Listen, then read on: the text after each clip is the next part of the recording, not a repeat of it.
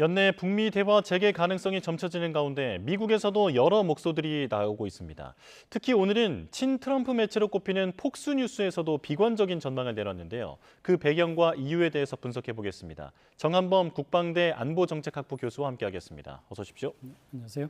네, 자 트럼프 대통령이 이란에서 북한으로 운전대를 확 트는 그런 느낌입니다. 그런데 지금 보수 매체 내에서도 우려가 나오고 있는데 트럼프 대통령의 보관은 뭐라고 보십니까? 트럼프 대통령의 의도는 우리가 쉽게 이제 예측할 수 있는 게 지금 이란전에서 지금 수렁에 빠져서 지금 못 헤어나오고 있잖아요. 예. 그러면 이제 국민들의 시선을 좀 돌릴 때가 됐고 또 11월이 이 중간선거 얘기를 우리가 이란 전쟁 중에 많이 얘기하지 않았습니까?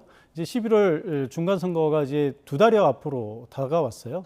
트럼프 대통령은 지금 선거에 올인할 수밖에 없는 상황이고 그러면 본인이 만들어 놓은 수렁에서 이제 빠져나오려면 최소한 빠져나오지는 못하더라도 국민들의 시선은 돌려야 되겠다라고 하는 그런 절박함이 있는 것 같고요. 그래서 아마 북한 카드가 급히 이렇게 부상한 것이 아닌가 이렇게 생각이 됩니다. 폭스뉴스 같은 보수 매체에서도 우려하는 포인트는 방금 말씀해 주신 대로 시선을 돌리려는 그 의도가 일단 효과가 있을지도 좀 불분명하고 그리고 이게 악수가 되지는 않을지 이런 우려를 하는 것 같은데요. 악수가 될지는 모르겠습니다. 일단 트럼프 대통령의 정치적인 계산에 50%는 성공했다라고 볼 수 있는데 왜냐하면 지금 미국의 많은 매체들이 이 이란 전쟁에 포커스를 두고 있다가 이제 북한 얘기가 나오기 시작했잖아요. 네. 국민들은 뭐 사실 쉽게 잊어버릴 수 있습니다. 그러니까 트럼프 대통령이 의도했던 것에 50%는 일단은 성공했다. 이렇게 볼 수 있을 것 같고 다만 이제 나머지 50%는 북한과의 대화가 어떻게 진행되느냐에 따라서 달라질 수 있을 것인데 지금 얘기가 나오는 것은 11월 중순에 있는 에이펙 정상회의 때 북한 김정은과 만나는 이런 시나리오거든요. 그런데 이제 아시는 것처럼 미국의 중간선거는 12월 초에 있습니다. 11월 초에 있습니다. 예. 그러니까 중간선거가 먼저 있고 에이펙 정상회의가 뒤에 있다면 두 가지 시나리오를 생각해 볼 수 있겠죠. 트럼프 대통령이 뭐 실제 정상회담 성사와 상관없이 성사 여부와 상관없이 11월 중간 선거까지 이 북한과의 대화 이 모멘텀을 그냥 화두로서만 이어가는 그래서 국민들의 시선을 돌리는 데까지만 활용하는 방법이 있는 거고요. 또 하나는 실제로 회담까지 이어지는 이제 그런 시나리오가 있을 수 있는데 그 경우에도 정말로 극적인 효과를 노린다고 한다면 11월 중순에 있는 에이펙 정상회의까지 기다리지 않고 11월 초에 있는 중간선거 이전에 정상회담을 하는 방향으로 끌어갈 수도 있는 그런 시나리오도 이제 생각해 볼 수 있겠죠. 예. 그러니까 교수님께서 분석하시기로는 11월 중간 선거에 어떤 이제 유리하게 사용할 수 있는 그런 소재로서 활용할 수도 있다라는 것, 그리고 이에서 더 나아가서 12월에 실제로 만나는 그 만남까지 성사될 가능성, 이 두 가지를 짚어주셨는데 어느 쪽에 좀 더 가능성이 높다고 보십니까? 글쎄요, 제가 보기에는 단기간에 회담이 성사되기는 쉽지 않을 것이다 이렇게 생각이 되고요. 특히 지금 말씀하신 것처럼 11월 초에 이제 중간선거가 있는데 그 중간선거 전에 이 정상회담을 하기에는 여러 가지 물리적으로 굉장히 어려운 점들이 많이 있죠. 트럼프 대통령이 물론 중간선거 때문에 김정은 위원장과의 회담을 들고 나왔다고 볼 수는 있겠지만 그렇다고 해서 또 김정은 위원장과의 이런 외교적인 문제에만 천착할 수는 없는 거거든요. 국내에서 선거를 지휘하려고 하다 보면 사실 챙겨야 될 많은 요소들이 있는데 이런 이제 김정은 위원장과의 회담과 같은 이런 대형 프로젝트를 이제 추진하려고 하다 보면 많은 시간과 노력을 빼앗기겠죠. 예. 또 하나는 지난 2018년, 19년에 있었던 싱가포르 하노이 정상회담의 교훈이라고 할 수 있는데요. 그 당시 이제 북한은 트럼프 대통령에게 굉장히 큰 기대를 들고 나왔어요. 그래서 일단 트럼프 대통령과 김정은 위원장이 만나면 정상들끼리 회담에서 뭔가 큰 단판을 지을 수 있을 것이다라고 하는 기대를 들고 나왔거든요. 예. 그런데 이제 우리가 알고 있는 것처럼 트럼프 대통령이 하노이 정상회담에서 갑자기 이 자리를 박차고 일어나서 다음에 보자 하고 이제 끝나버리지 않았습니까?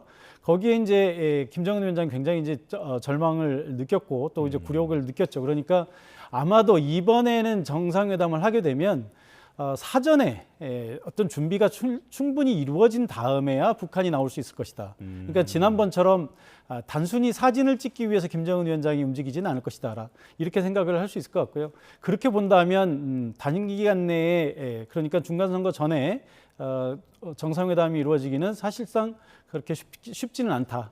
이렇게 봐야 되겠죠. 예. 그렇다면 교수님 말씀대로라면 어떤 확실한 성과 같은 것이 보여야 북한이 나올 수 있다라는 말씀이신데 핵 보유를 미국이 인정한다든지라고 하면 이제 우리 입장에서는 큰일 아니겠습니까? 어떻게 전망하십니까? 그래서 이제 핵 보유를 인정한다라고 하는 개념도 사실은 우리가 좀 세분화해서 생각해 봐야 될 것 같아요. 이제 핵 보유를 인정한다고 하는 것은 그야말로 이제 북한이 핵무기를 보유하는 것을 합법화한다라는 그런 의미를 가지고 있는 거거든요. 예. 그래서 이제 국제법적으로 북한의 핵 보유를 인정해 준다라고 하는 그런 의미인데 사실 핵 보유국으로서 인정해 주는 것과 북한이 핵을 가지고 있는 것을 인지한다라고 하는 그러니까 사실상 핵을 가지고 있는 사실을 인정한다라고 하는 것과 북한의 핵 보유를 합법적으로 인정한다라고 하는 것은 조금 다른 개념일 것 같아요.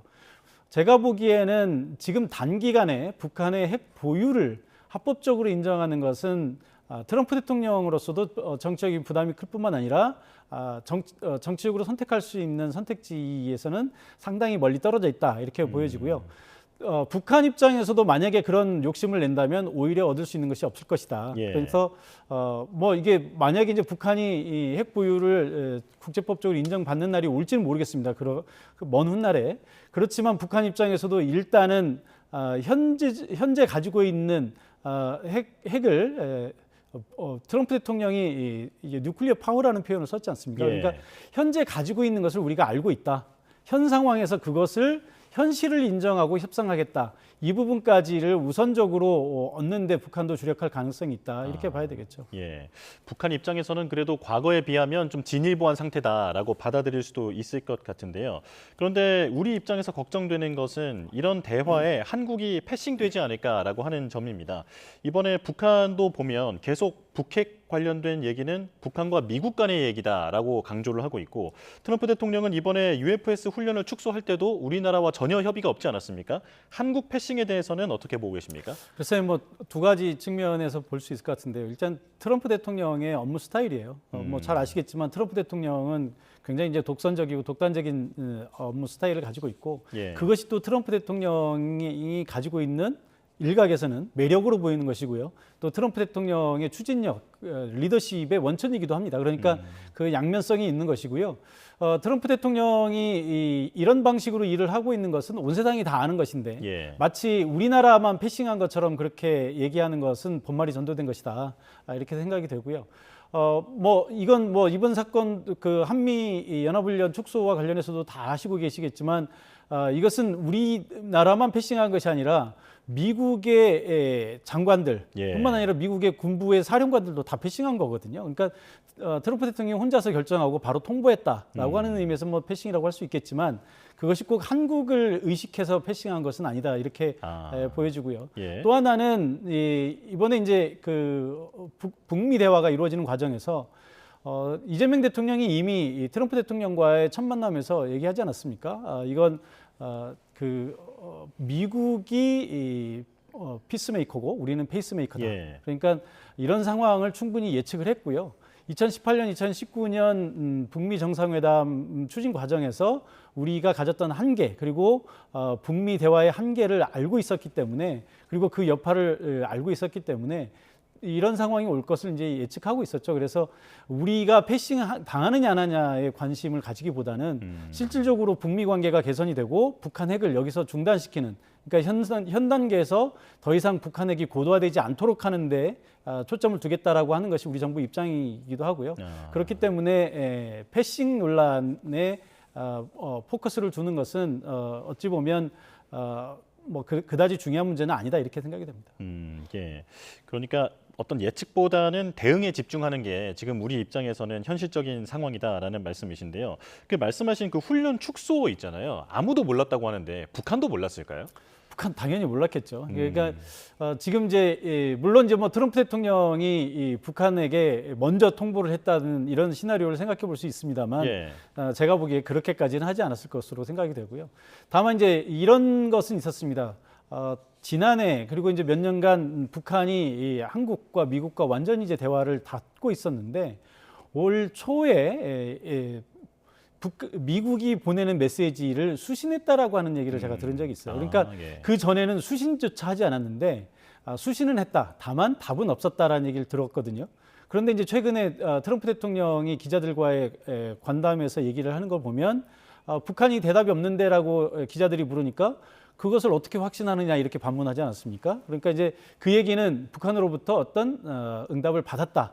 이런 얘기를 한 것으로 볼 수 있고요. 뭐 연합훈련을 축소하겠다라는 것을 김정은 위원장과 협의했다고 볼 수는 없겠지만, 예. 어떤 뉘앙스를 풍겼을 가능성을 전혀 배제할 수는 없다. 그것은 이제 어디까지나 그 트럼프 대통령의 협상 전략이기 때문에 뭐 완전히 부인하는 것도 또 그렇다고 해서 확신하는 것도 뭐 불가능하다 이렇게 생각이 듭니다. 예, 그 UFS 훈련이 축소될 때 또 트럼프 대통령이 했던 발언 중에 하나가 그 이란 문제에 한국의 개입을 요구를 했지만 한국이 노땡큐라고 했다라고 하면서 서운함을 좀 공개적으로 표시하지 않았습니까?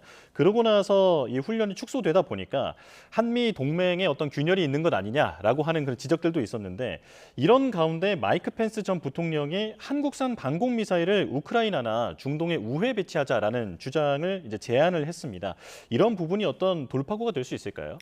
뭐 여러 가지로 이제 생각해 볼 수 있겠죠. 우리 대통령께서도 그런 얘기를 했었잖아요. 그러니까 군사적으로 실질적인 기여를 할 수 있는 방안을 찾겠다 이런 얘기를 했었는데 그것은 이제 이런 여러 가지 고려를 한 것이죠. 그러니까 예. 한미 연합 훈련도 있고 전자권 전환에 관한 문제도 있고 또 관세 협상 그리고 이제 북미 대화 이런 모든 것들이 다 걸려 있기 때문에 아마 이제 우리 정부 입장에서는 치밀한 그 계산기를 두드릴 수밖에 없어요. 그러니까 뭐 어떻게 보면 미국이 얘기하는 것이 한미 동맹의 균열이 왔다라고 얘기하는 것이 뭐 제가 보기에는 꼭 옳은 얘기는 아닙니다. 그러니까 트럼프 대통령이 영원히 집권하는 것도 아니잖아요. 예. 그러니까 만약에 트럼프 대통령이 어떤 그 요구에 맞춰주기 위해서 우리가 어떤 선택을 했는데 그것이 장기적으로 봤을 때 우리 국익에 맞지 않다든지 아니면 장기적으로 봤을 때 한미동맹에 오히려 더 악영향을 준다든지 하는 문제도 있을 수 있기 때문에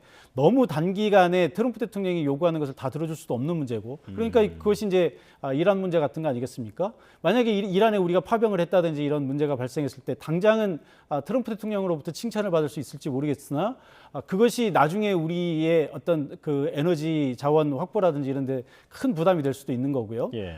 또는 뭐 테러라든지 이런 것에 우리 국민들이 대상이 될 수도 있는 거기 때문에 이것을 우리 정부가 단순히 한미동맹이라고 하는 아주 단편적인 차원에서만 접근할 수 있는 문제는 아니다라고 볼 수밖에 없는 것이고 예. 또 지금 이 문제도 사실 이제 이 마이크 펜스 부통령이 우리 무기를 배치하라고 했는데 사실 우리가 배치하는 것도 배치하지 않는 것도 리스크가 있습니다. 예. 그러니까 일단은 배치하지 않는 것이 안전하다고 보기는 할 수 있죠. 예를 들면 우리가 우리 무기를 배치했을 때 우크라이나나 이란에 배치했을 때 이란이나 러시아가 우리를 적대시할 가능성이 있는 거고요. 그러니까 이제 그런 어려움이 있습니다만 또 반대로 우리가 부작위를 했을 때, 그러니까 어떤 행위를 하지 않았을 때 오는 리스크도 또 있는 거거든요. 그러니까 이것을 했을 때와 하지 않았을 때 리스크는 다 있는데 어떤 리스크가 더 큰 것인가를 우리가 고려해 봐야 되는 것이고 그 부분에 대해서는 미국과 아주 긴밀한 협의하에 또 제3의 길을 모색할 수도 있어요. 예. 예를 들면 우리는 무기를 미국에게 팔고 미국이 배치하는 것은 미국이 알아서 하는 이런 방식도 있을 수 있기 때문에 너무나 외교라고 하는 문제를 단편적으로 생각해서 미국에게 우리가 뭐 패싱 당했다라든지 아니면 동맹이 약해졌다라든지 그런 식으로 우리 국민들이 성급하게 나서는 것도 사실 우리 정부의 입지를 약화시키는 것이다 이렇게 볼 수 있을 것 같습니다. 예, 워낙 자극적인 뉴스가 쏟아지고 있지만 긴 안목 그리고 넓은 안목이 필요하다라는 말씀으로 종합하겠습니다. 지금까지 정한범 국방대 안보정책학부 교수와 함께했습니다. 고맙습니다. 예, 고맙습니다.